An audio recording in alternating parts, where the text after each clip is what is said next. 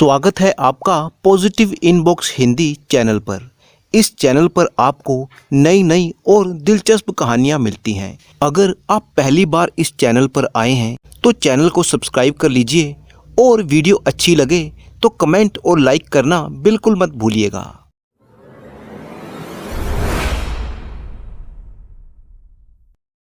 कहानी शुरू होती है विराट नगर के राजा विराट सेन से। राजा विराट सेन एक बहुत ही बलवान और वीर योद्धा था। उसकी वीरता के चर्चे दूर दूर के राज्यों तक फैले हुए थे। राजा विराट सेन के 4 बेटे थे और चारों ही बेटे देखने में बहुत ही सुंदर थे। वो अपने पिता की ही तरह बहुत ही बलवान थे। चारों राजकुमार अब जवान हो चुके थे। बल और साहस में वो चारों अपने पिता की परछाई थे। उन्हें अपनी ताकत और वीरता पर बहुत ही घमंड भी था। राजा विराट सेन अपने चारों बेटों को बहुत ही प्यार करता था।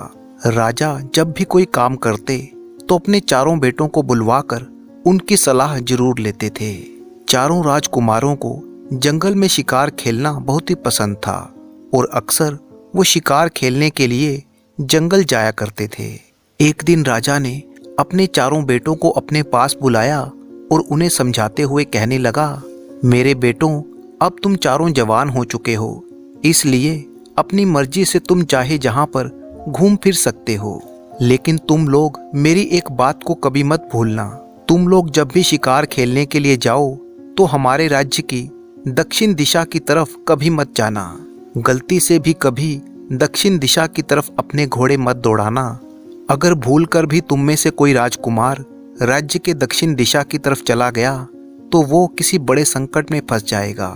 राजा के चारों बेटों ने अपने पिता की बात को बड़े ध्यान से सुना और फिर राज्य के दक्षिण दिशा की तरफ ना जाने का वचन देते हुए कहने लगे, पिताजी, आप बिल्कुल भी चिंता मत कीजिए। हम आपकी बात को हमेशा याद रखेंगे और कभी भी राज्य के दक्षिण में शिकार खेलने के लिए नहीं जाएंगे।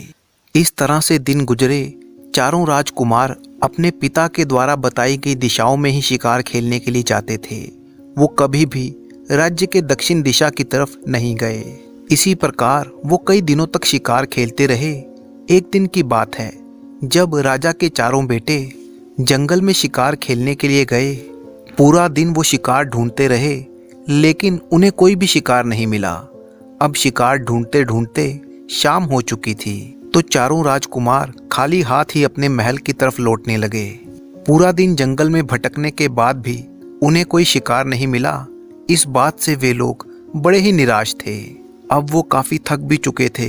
भूख और प्यास के कारण उनकी हालत भी खराब हो रही थी। चारों भाई एक पेड़ के नीचे बैठकर आराम करने लगे। तब उनमें से सबसे छोटा भाई, जो कि स्वभाव से थोड़ा चंचल भी था, उसने अपने बड़े भाई से कहा, भैया, एक बात जो मुझे बहुत ही परेशान कर रही है कि हमारे पिताजी ने हमें कभी भी शिकार पर जाने से मना नहीं किया, लेकिन फिर भी पिताजी ने हमें राज्य की दक्षिण दिशा में शिकार खेलने से क्यों मना किया है? आखिर इसमें क्या रहस्य है? पिताजी ने हमसे ऐसा कहा है तो जरूर इसके पीछे कोई बहुत बड़ी बात है। मुझे तो लगता है कि पिताजी ने बाकी तीनों दिशाओं के राजाओं को तो हरा दिया है, लेकिन वो दक्षिण दिशा की तरफ जो राज्य है उसके राजा से जरूर हार गए होंगे, इसीलिए उन्होंने हमें दक्षिण दिशा में जाने से मना किया है। तब बड़े राजकुमार ने कहा, नहीं भाई, ऐसा नहीं हो सकता। छोटा भाई बोला, भैया, मुझे तो ऐसा ही लगता है कि हमारे पिताजी दक्षिण दिशा की तरफ जो राजा है उनसे युद्ध में हार गए हैं और उसी राजा के डर से हमारे पिताजी ने हमें वहां जाने से मना किया है। मेरा तो मानना है कि हमें कल सुबह राज्य के दक्षिण दिशा में जाकर देखना चाहिए और इस भेद का पता लगाना चाहिए। वैसे भी हम चारों युद्ध कला में माहिर हैं और हमारी वीरता के सामने भला कौन टिक पाएगा, बल्कि ऐसा करने से राज्य में हमारी और भी प्रशंसा होगी। छोटे राजकुमार की बातें सुनकर बड़े भाइयों को भी यही लगने लगा कि शायद उनके पिता सचमुच दक्षिण दिशा की तरफ वाले राजा से युद्ध में हार गए होंगे। तब बड़े भाई ने कहा, ठीक है, कल हम सभी दक्षिण दिशा के जंगलों में जाएंगे और इस बात का पता लगाएंगे कि क्या सचमुच हमारे पिता किसी राजा से युद्ध में हार गए हैं। इस तरह से वो चारों भाई इस बात के लिए तैयार हो गए। ये बात तय करने के बाद चारों राजकुमार अपने महल में वापस लौट आए। खाना खाकर वो अपने अपने कमरों में आराम करने के लिए चले गए। अगले दिन जब सुबह हुई तो चारों राजकुमार अपने अपने घोड़ों पर बैठकर शिकार करने के लिए चल पड़े। जाते जाते उन्होंने अपने पिता से कहा, पिताजी, आज शिकार करने के लिए हमारे कुछ मित्र भी आ रहे हैं, इसलिए हमें लौटने में कुछ देर हो जाएगी। अगर हमें ज़्यादा देर हो गई तो आप चिंता मत कीजिएगा। राजा ने कहा, ठीक है बेटों, जैसी तुम्हारी मर्जी। मुझे तुम चारों की वीरता पर पूरा विश्वास है, फिर भी तुम ये कोशिश करना कि जल्दी ही वापस लौट आएं। इसके बाद वो चारों भाई शिकार करने के लिए निकल पड़े। वो चारों भाई राज्य के दक्षिण दिशा की तरफ जा रहे थे। कुछ देर तक चलने के बाद वो अपने राज्य की सीमा से बाहर आ चुके थे। राज्य की सीमा पार करने के बाद चारों राजकुमारों ने अपने साथ लाए हुए घोड़े वहीं पर छोड़ दिए। उन चारों ने अपना भेष बदला और साधारण कपड़े पहनकर वो आगे की तरफ बढ़ने लगे। चारों भाई पैदल पैदल चलते हुए जंगल के रास्ते पर बढ़े चले जा रहे थे। जब वे लोग बहुत दूर निकल आए, जहां पर जंगल और भी ज्यादा घना होता जा रहा था, उस घने जंगल में उन्हें दूर दूर तक कोई दिखाई नहीं दे रहा था। धूप में पैदल चलते चलते चारों राजकुमारों को बहुत जोर से प्यास लगने लगी थी। तब चारों राजकुमार एक छायादार पेड़ के नीचे बैठ गए। उनकी प्यास अब बढ़ती ही जा रही थी। जंगल में उन्हें कहीं पर भी पानी नहीं मिला। इधर धीरे धीरे सूरज ढल चुका था। जंगल में बहुत ही अंधेरा हो गया था। तब छोटा राजकुमार उस पेड़ पर चढ़ गया। उसे जंगल में ही थोड़ी दूरी पर एक घर दिखाई दिया। ये एक कच्चा घर था। उसके बाहर आग भी जल रही थी। छोटे भाई ने जब घने जंगल में एक घर देखा तो झट से वो पेड़ से नीचे उतरा और अपने बड़े भैया से कहने लगा, भैया, अब चिंता की कोई बात नहीं, आपकी प्यास अब बुझने ही वाली है। बड़े भाई ने पूछा, ऐसा तुमने क्या देख लिया जो तुम इतने खुश नजर आ रहे हो? छोटे भाई ने कहा, भैया, मैंने देखा कि यहाँ से कुछ ही दूरी पर एक कच्चा मकान है और वहाँ पर आग भी जल रही है। अगर हम चारों उस घर तक पहुँच जाएं, तो वहाँ पर हमें पानी जरूर मिल सकता है। छोटे भाई की ये बातें सुनकर सभी लोग बहुत ही खुश हुए। उन्होंने अपने छोटे भाई को गले से लगा लिया। अब वो चारों उस जगह पर पहुँच गए जहाँ पर वो कच्चा घर बना हुआ था। उस घर के बाहर एक कुआं भी दिखाई दे रहा था। कुएं को देखकर चारों भाई खुशी से उछलने लगे। कहने लगे, अब तो हम जी भरकर पानी पिएंगे। जब उन्होंने कुएं के अंदर झांका तो देखा कि कुआं पानी से भरा हुआ था, मगर पानी बहुत ही नीचे था। कुएं के पास एक बाल्टी रखी हुई थी, मगर उस बाल्टी में रस्सी नहीं थी। अब वे चारों सोचने लगे कि भाई, पानी तो मिल गया है, लेकिन बिना रस्सी के पानी कैसे निकालेंगे? और अगर जल्दी ही हमें पानी ना मिला तो हम प्यास से यहीं मर जाएंगे। तब छोटे भाई ने कहा, मैं जाकर घर में पूछता हूँ, यहाँ कोई ना कोई तो रहता होगा। जब घर के बाहर कुआं है तो जरूर घर के अंदर रस्सी भी होगी। बड़े भाई ने कहा, ठीक है, तुम जल्दी से जाओ और उस घर में से रस्सी लेकर आओ। बाकी तीनों भाई वहीं कुएं के पास रुक गए और छोटा भाई रस्सी लेने के लिए उस घर के दरवाजे पर गया। घर के दरवाजे पर पहुंचकर उसने जोर से आवाज लगाई कि क्या इस घर में कोई रहता है तो हमें रस्सी दे दीजिए, ताकि हम कुएं से पानी निकाल कर पी सकें। जैसे ही छोटे भाई ने आवाज लगाई तो घर के अंदर से एक बहुत ही सुंदर लड़की निकली। राजकुमार ने उस लड़की से विनती की और कहा, सुनिए, हम चारों भाई प्यास के मारे बहुत ही व्याकुल हैं। मेरे बाकी भाई इस समय उस कुएं के पास बैठे हैं। आप मेहरबानी करके हमें एक रस्सी दे दीजिए ताकि हम पानी पी सकें। वो लड़की बहुत ही सुंदर थी और छोटा राजकुमार भी बहुत ही रूपवान था। लड़की राजकुमार को देखते ही उस पर मोहित हो गई और मन में सोचने लगी कि आज तो घर पर बैठे ही राजकुमार चलकर आया है। इस खूबसूरत नौजवान को तो मैं अपना पति बनाऊंगी। वो लड़की दरवाजे पर खड़े खड़े राजकुमार को देखते ही रह गई।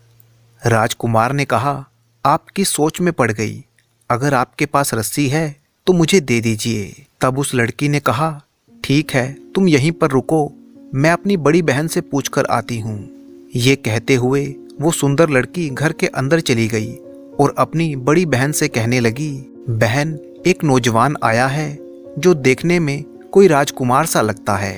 वो दरवाजे पर खड़ा है और रस्सी मांग रहा है। बेचारे का प्यास के मारे बुरा हाल है। इतनी बात सुनकर उसकी बड़ी बहन भी दरवाजे पर आ गई और राजकुमार को देखने लगी। तब राजकुमार ने कहा, देवी जी, अगर आपके घर में रस्सी है तो कृपया करके दे दीजिए ताकि हम चारों भाइयों के प्राण बच जाएं। छोटे भाई की बात सुनकर वो लड़की कहने लगी, रस्सी तो आपको हमारे पास मिल जाएगी, मगर आप लोगों को हमारी एक शर्त माननी पड़ेगी। अगर उस शर्त को आपने पूरा कर दिया तो हम आपको रस्सी जरूर देंगी, और रस्सी ही नहीं बल्कि हम खुद आपको पानी पिलाएंगी और हमारे घर में आराम करने के लिए आपको चारपाई भी देंगी। छोटे राजकुमार ने कहा, ठीक है, आप रुकिए, मैं पहले अपने बाकी भाइयों से पूछ लेता हूँ। वो जैसा कहेंगे हम सब वैसा ही करेंगे। छोटा भाई भागता हुआ अपने बाकी भाइयों के पास आया और उन्हें सारी बात बताई कि भाइयों, पानी तो हमें पीने को मिल जाएगा, मगर उन लड़कियों की कुछ शर्त है, क्योंकि उन्होंने कहा है कि अगर हम उनकी शर्त मान लेते हैं तो हमें पानी भी पीने को मिलेगा, खाना भी मिलेगा और आराम करने के लिए बिस्तर भी मिलेगा। असल में चारों राजकुमार बहुत ही प्यासे थे। उन्हें उस समय कुछ भी सूझ नहीं रहा था। वो तो बस पानी पीकर अपनी जान बचाना चाहते थे। बड़े भाई ने कहा, ठीक है भाई, हमें पानी पीने को मिल जाए, हम उनकी किसी भी शर्त को मानने को तैयार हैं। इस तरह से अपने तीनों भाइयों की रजामंदी लेकर छोटा भाई वापस उस घर के दरवाजे पर आ गया और कहने लगा कि हमारे जो बड़े भैया हैं वो आपकी हर शर्त मानने को तैयार हैं, लेकिन आप हमें जल्दी से पानी पिला दीजिए और ये भी बता दीजिए कि आपकी शर्त क्या है। तब उन लड़कियों में से सबसे बड़ी बहन कहने लगी, नौजवान, हमारी शर्त ये है कि हम 4 बहनें हैं और हम चारों बहनें बहुत ही सुंदर हैं। अभी तक हम कुंवारी हैं क्योंकि आज तक हमें तुम्हारे जैसे सुंदर और बलवान पुरुष नहीं मिले। अगर तुम चारों भाई हम चारों बहनों से विवाह कर लो तो हम तुम्हें अपने घर में बिठाकर पानी भी पिलाएंगे, स्वादिष्ट खाना भी खिलाएंगे और आराम करने के लिए नरम मुलायम बिस्तर भी मिलेगा।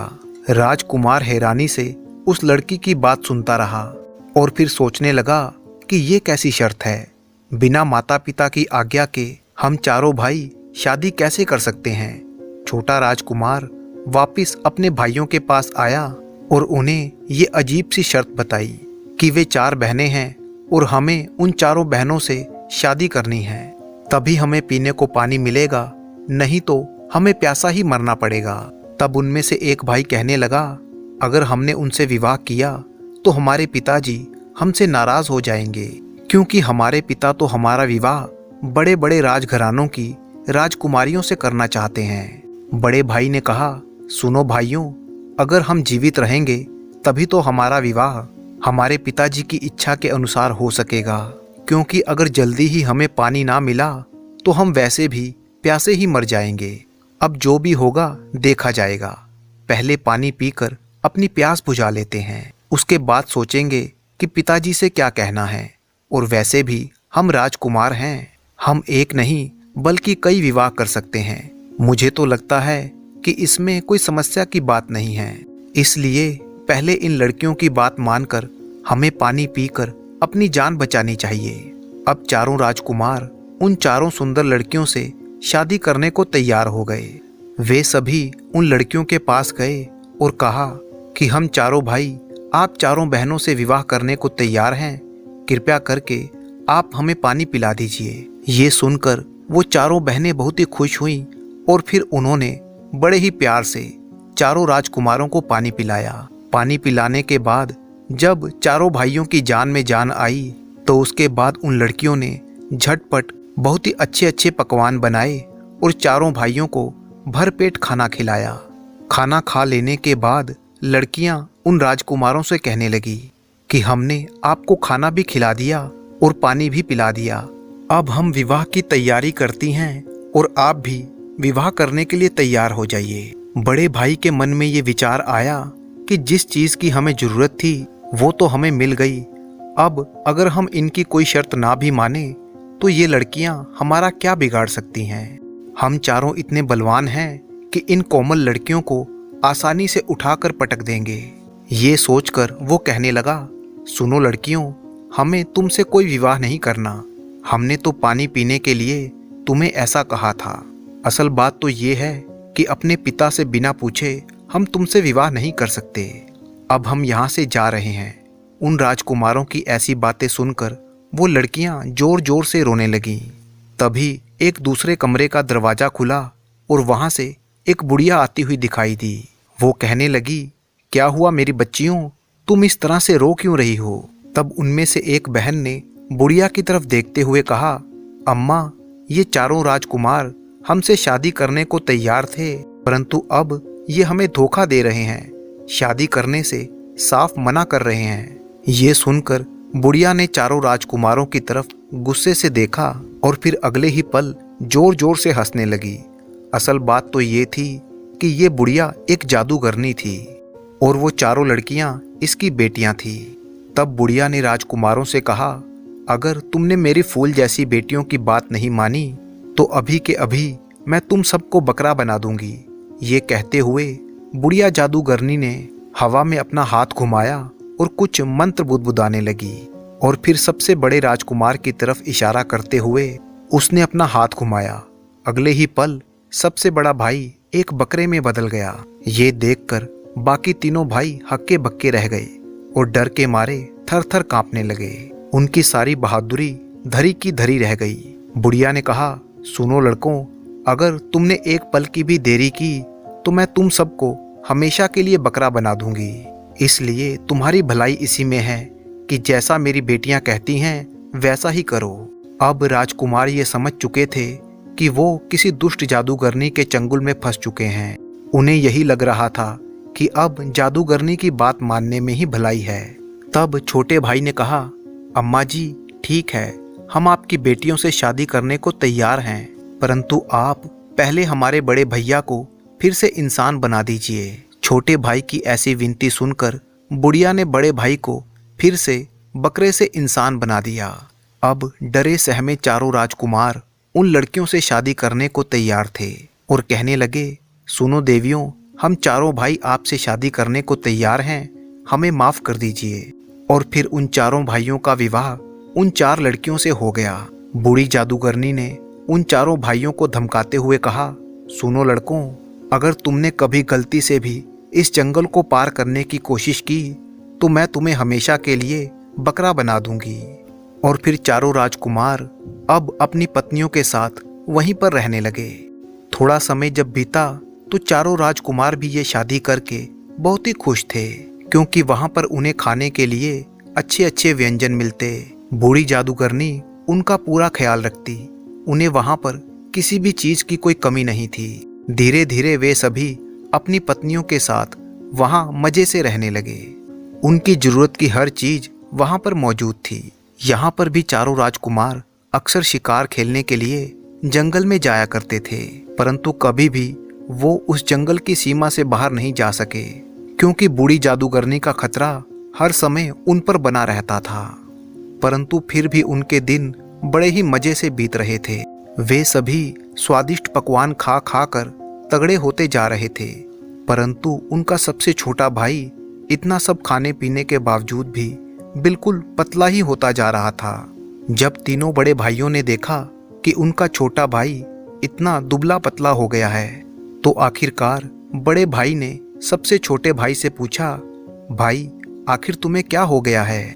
तुम्हारी तबीयत तो खराब नहीं है, हमें यहाँ पर इतना स्वादिष्ट भोजन मिलता है, उसके बाद भी तुम सूखते ही जा रहे हो, क्या तुम्हें कोई तकलीफ है? तब छोटा राजकुमार बोला, भैया, मेरी पत्नी मुझे प्यार से खाना नहीं खिलाती। मैं जब भी उसके साथ खाना खाने के लिए बैठता हूँ तो वो दूसरी तरफ मुंह करके रोना शुरू कर देती है और फिर उसे रोता हुआ देखकर मुझसे खाना खाया नहीं जाता और मैं भूखा ही रह जाता हूँ। वो मुझे इसका कारण भी नहीं बताती। बड़े भाई ने कहा, इस बात के पीछे जरूर कोई ना कोई वजह तो होगी, भला वो तुम्हें खाना खिलाते समय ऐसे ही क्यों रोएगी? तुम्हें उससे पूछना चाहिए कि आखिर क्या बात है। तब छोटे भाई ने कहा, भैया मैंने 1000 बार उससे पूछा कि वो क्यों रोती है, परंतु वो कहती है कि बस मेरी आदत है और कोई ना कोई बहाना बनाकर वो बात को टाल देती है। भैया इसीलिए मैं दुबला पतला होता जा रहा हूँ। दूसरा कारण ये है कि मुझे अपने घर की भी बहुत याद आती है। माँ और पिताजी की याद आने की वजह से मैं बहुत ही उदास रहता हूँ। तब बड़े भाई ने कहा, ठीक है भाई, आज जब तुम्हारी पत्नी तुम्हें खाना खाने के लिए दे तो तुम अपनी पत्नी से कहना कि मुझे तुम अपने रोने का कारण बताओ, नहीं तो मैं खाना नहीं खाऊंगा और यूं ही भूखा मर जाऊंगा। छोटा भाई कहने लगा, नहीं भैया, मुझे भूखा नहीं मरना, मैं तो पहले ही इतना कमज़ोर हो चुका हूँ, एक दिन भी अगर मैं भूखा रह गया तो मर ही जाऊंगा। बड़े भाई ने कहा, अरे मूर्ख, तुझे सच में भूखा नहीं मरना, तुझे तो सिर्फ उसके सामने नाटक करना है और ये भेद पता करना है कि वो तेरे खाना खाते समय रोती क्यों है। अब ये बात छोटे भाई की समझ में आ चुकी थी। उस दिन जब रात हुई तो छोटे भाई की पत्नी उसके लिए खाना लेकर आई। जैसे ही छोटे भाई ने खाना खाना शुरू किया तो उसकी पत्नी दूसरी तरफ मुंह करके रोने लगी। तब छोटे भाई ने पूछा, प्रिय तुम रो क्यों रही हो? जब भी मैं खाना खाता हूँ तुम रोने लगती हो, आज तो तुम मुझे ये भेद बता ही दो। पत्नी बोली, नहीं राजकुमार, मैं तो बस यूं ही रोती हूँ, ये तो मेरी आदत है, आप कृपया करके अपना खाना खा लीजिए। राजकुमार ने कहा, नहीं, आज अगर तुमने मुझे ये बात नहीं बताई तो मैं भूखा ही मर जाऊंगा और अन्न का एक दाना भी नहीं खाऊंगा। उसकी पत्नी कहने लगी, नहीं पतिदेव, आप ऐसा मत कीजिए, अगर आप मर जाएंगे तो मेरा क्या होगा? मैं तो आपसे बहुत ही प्रेम करती हूँ, अगर आप नहीं मानते तो मैं आपको अपने रोने का कारण बता ही देती हूँ। तब छोटे भाई की पत्नी उसे बताने लगी, राजकुमार, जैसा कि आपको पता है कि हमारी माँ एक जादूगरनी है और वो अपने जादू के बल पर कुछ भी कर सकती है, परंतु एक दूसरा सच ये भी है कि अपनी जादुई शक्तियों को बढ़ाने के लिए वो इंसानों की बलि देती है और आने वाली अमावस की रात को वो आप चारों में से किसी एक भाई की बलि देगी और एक एक करके आप चारों भाइयों की बलि दे दी जाएगी। वो अपनी जादुई शक्तियों को और ज्यादा बढ़ाने के लिए ऐसा करती है, नहीं तो उसकी जादुई शक्तियां खत्म होने लगती हैं। मेरी तीनों बड़ी बहनें इस काम में मेरी माँ की सहायता करती हैं, परंतु मुझे ऐसा करना बिल्कुल भी अच्छा नहीं लगता। बस मैं इसीलिए रो रही थी कि जब एक एक करके आप चारों भाइयों की बलि दे दी जाएगी तो फिर मेरा क्या होगा? मैं तो आपसे सच्चा प्रेम करती हूँ और आपके साथ ही जीवन गुजारना चाहती हूँ। इस बात को लेकर मैं हमेशा चिंता में रहती हूँ कि मेरी बहनों और मेरी माँ के कारण आप मुझसे दूर हो जाएंगे। ये बात सुनकर छोटा भाई कहने लगा, इसका मतलब ये हुआ कि मेरे और मेरे भाइयों के प्राण संकट में हैं। क्या तुम्हारी माँ और बहनों से बचने का कोई रास्ता नहीं है? मैं आपको और आपके भाइयों को अपनी बहनों और माँ से बचा सकती हूँ, परंतु इसके लिए मेरी एक शर्त है और आप चारों भाइयों को मेरी वो शर्त माननी होगी। अगर आप मेरा साथ देने को तैयार हों तो मैं आप सभी को मरने से बचा सकती हूँ। अपनी पत्नी की बातें सुनने के बाद छोटे राजकुमार ने कहा, ठीक है प्रिय, मैं अपने भाइयों से पूछ कर आता हूँ कि अगर वो लोग भी तुम्हारी शर्त मानने को तैयार होंगे तो फिर मैं आकर तुम्हें बताऊंगा। इसके बाद छोटा राजकुमार जब अपने भाइयों के साथ जंगल में शिकार खेलने के लिए गया तो मौका पाकर वो अपने भाइयों से कहने लगा, बड़े भैया, मेरी बात ध्यान से सुनिए। मेरी पत्नी ने मुझे बताया है कि वह क्यों रोती है। उसके रोने का कारण ये है कि बूढ़ी जादूगरनी किसी भी समय एक एक करके हम सभी भाइयों की बलि दे सकती है। ऐसा वो अपनी जादुई शक्तियों को बढ़ाने के लिए करती है। बड़े भाई ने कहा, तो भाई, इस संकट से बचने का कोई ना कोई उपाय तो होगा। तुम अपनी पत्नी से इस बारे में पूछो कि क्या हम यहाँ से बचकर भाग सकते हैं।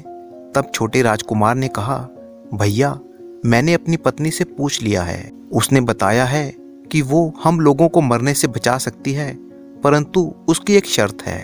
तब मंझले राजकुमार ने कहा, भाई, तू उस दिन भी एक शर्त लेकर आया था और तेरी उस शर्त के कारण आज हम इतनी बड़ी मुसीबत में फंस गए और आज फिर से तू एक शर्त लेकर आया है। जाकर कह दे अपनी पत्नी से कि हमें उसकी कोई शर्त मंजूर नहीं है। बड़े भाई ने कहा, अरे भाइयों, ये समय आपस में झगड़ा करने का नहीं है। अगर वो लड़की हमारी जान बचा सकती है तो हमें उसकी शर्त मान लेनी चाहिए। छोटे भाई, हम तुम्हारी पत्नी की हर शर्त मानने को तैयार हैं और अपनी पत्नी से कह दो कि वो हम सब की जान बचा ले। तब छोटा भाई अपने कमरे में गया और अपनी पत्नी से कहने लगा, मेरे बड़े भैया ने कहा है कि हमें तुम्हारी सारी शर्तें मंजूर हैं।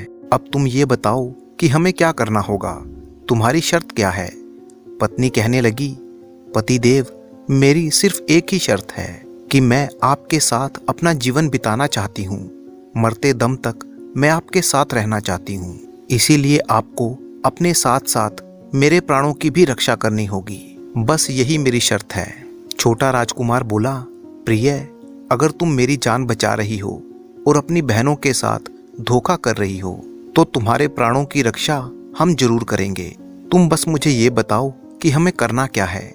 उसकी पत्नी कहने लगी, आप लोग जब अगली बार जंगल में शिकार खेलने के लिए जाएं तो आप चारों राजकुमार एक साथ जाइएगा और फिर आप लोगों को वहां जंगल में जाकर अपने आप को घायल करना होगा। वापस आकर जब मेरी बहनें और माँ आपसे ये पूछेंगी कि जंगल में ऐसा क्या हुआ और आप लोग घायल कैसे हुए, तब आप ये बताना कि जंगल में कुछ लुटेरे आए थे और वो बहुत ही तेज दौड़ने वाले घोड़ों पर सवार थे। उन लुटेरों ने आप पर हमला किया और आपको घायल कर दिया और फिर वो घोड़े दौड़ाते हुए यहाँ से चले गए। आप लोगों ने उनका पीछा किया, परंतु वे लोग बड़ी ही तेज दौड़ने वाले घोड़ों पर सवार थे। अगर आप लोगों के पास भी तेज दौड़ने वाले घोड़े होते तो आप उनका पीछा करके उन्हें अच्छा सबक सिखा देते। तब मेरी बहनें आपसे पूछेंगी कि आप क्या चाहते हैं। तब आपको बोलना है कि हमें आपके तेज दौड़ने वाले घोड़े दे दीजिए और मेरी बहनें आपको तेज दौड़ने वाले घोड़े दे देंगी। और वे घोड़े कोई साधारण घोड़े नहीं हैं, वे ऐसे घोड़े हैं जो पलक झपकते ही आपको इस जंगल से पार लगा देंगे। और मेरी माँ यानी बूढ़ी जादूगरनी को इतना समय नहीं मिल पाएगा कि वो आप लोगों को अपने जादू के बल पर रोक पाए, क्योंकि वे घोड़े कोई साधारण घोड़े नहीं हैं। अगर आप लोग एक बार जंगल से निकल गए तो मेरी माँ के जादू का असर आप पर नहीं होगा, क्योंकि उसका जादू इस जंगल की सीमा तक ही है। इसके बाहर उसके जादू का कोई असर नहीं है। जंगल की सीमा से बाहर उसकी कोई शक्ति काम नहीं करती। अगर आपने एक बार इस जंगल को पार कर लिया तो मेरी माँ और मेरी बहनें आपका कुछ नहीं बिगाड़ पाएंगी। इस तरह से आपके प्राण बच जाएंगे। छोटे भाई को अपनी पत्नी की बात समझ में आ गई और वह तुरंत अपने भाइयों के पास गया, उनको सारी योजना समझा दी। अगले दिन वे चारों राजकुमार शिकार खेलने के बहाने से जंगल में चले गए। जंगल में जाकर उन्होंने एक दूसरे को घायल किया। इसके बाद वे घर वापस आ गए। उनकी पत्नियों ने जब ये देखा कि उनके पति बुरी तरह से घायल हैं तो पूछने लगी कि आपकी ऐसी हालत किसने की? इस जंगल में ऐसी किसकी हिम्मत जो हमारे पतियों के साथ ऐसा करे? चारों भाइयों ने बताया कि जंगल में आज लुटेरे आ गए थे। उनके पास बहुत ही तेज दौड़ने वाले घोड़े थे। उन्होंने हम पर हमला किया और हमें घायल कर दिया और फिर अपने घोड़े दौड़ाते हुए सरपट वहां से दौड़ गए। अगर हमारे पास भी तेज दौड़ने वाले घोड़े होते तो हम उनका पीछा करके उन्हें अच्छा सबक सिखा देते, परंतु हम तो पैदल थे, इसीलिए हम उनसे हार गए। तब पत्नियां कहने लगी, अगर ऐसी बात है तो हम अपनी माँ से कहकर लुटेरों को आपके कदमों में पटक सकती हैं। राजकुमारों ने कहा, नहीं प्रिय, ऐसा करना ठीक नहीं, क्योंकि तुम्हारी माँ एक औरत है और अगर वो हमारे दुश्मनों को दंड देगी तो इससे हमारी बदनामी हो जाएगी। सब लोग यही कहेंगे कि राजकुमार तो बहुत ही डरपोक हैं जो अपने दुश्मनों को किसी औरत से पिटवाते हैं। अच्छा, तो हम आपकी सहायता कैसे कर सकते हैं? राजकुमार बोले, बस तुम इतना करवा दो कि तुम्हारे पास जो तेज दौड़ने वाले घोड़े हैं वो हमें दिलवा दो, ताकि अगर दोबारा से वो लुटेरे हम पर हमला करें तो हम उनका पीछा करके उन्हें खत्म कर सकें और घोड़े मिल जाने पर हम तुम्हारे लिए बढ़िया से बढ़िया शिकार भी करके ला सकेंगे। अपने पतियों की बात सुनकर लड़कियों ने सोचा कि ये ठीक कह रहे हैं और इन लोगों को घोड़े दे देने चाहिए। तब बड़ी बहन ने अपनी सबसे छोटी बहन से कहा, बहन, हमारे पास जो सबसे तेज दौड़ने वाले घोड़े हैं वो इन लोगों को दे दो। तब सबसे छोटी बहन चारों राजकुमारों को लेकर अस्तबल में गई और उन्हें सबसे तेज दौड़ने वाले घोड़े दे दिए।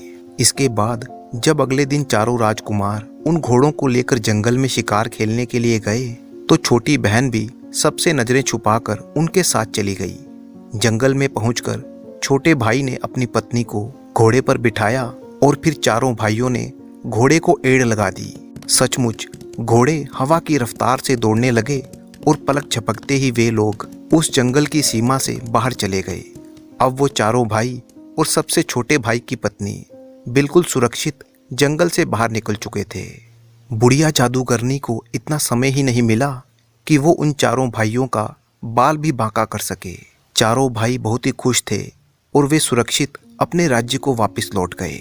जब वे लोग महल में वापस लौटे तो उनके माता पिता उन्हें देखकर बहुत ही खुश थे। छोटा भाई भी अपनी पत्नी के साथ बहुत ही खुश था और इस तरह से चारों राजकुमार सुरक्षित अपने महल में वापस लौट आए। तो दोस्तों, मुझे पूरी उम्मीद है कि आज की ये कहानी आपको बहुत ही पसंद आई होगी। तो वीडियो को लाइक कीजिए और चैनल को सब्सक्राइब कीजिए। साथ ही अपने अच्छे कमेंट करना बिल्कुल मत भूलिएगा। अपने कमेंट के साथ अपना नाम और अपने शहर का नाम जरूर लिखें। तो दोस्तों, मिलते हैं आपसे किसी अगली कहानी में। तब तक आपके दोस्त राणा मंजीत सिंह को अनुमति दीजिए।